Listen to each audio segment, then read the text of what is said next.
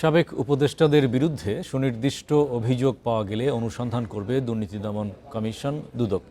তবে দুদক মহাপরিচালক জানান এখনও কোনো অভিযোগ জমা পড়েনি। বিকেলে সেগুনবাগিচায় সংবাদ সম্মেলনে সাংবাদিকদের প্রশ্নের জবাবে এসব কথা বলেন তিনি।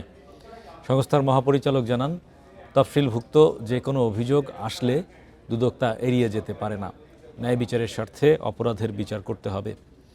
এছাড়া ১৩ কোটি টাকার অবৈধ সম্পদ অর্জনের অভিযোগে আওয়ামী লীগের প্রেসিডিয়াম সদস্য শেখ সেলিমের বিরুদ্ধে মামলা করেছে দুদক। তার স্ত্রী সন্তানদের সম্পদ বিবরণী দাখিলের নির্দেশ দেওয়া হয়েছে। একই দিনে দুদকের আবেদনে সাবেক এমপি সানজিদা খানম ও সাবেক শিক্ষা সচিব নজরুল ইসলাম খানের বিরুদ্ধে বিদেশ যাত্রার নিষেধাজ্ঞা দিয়েছে আদালত।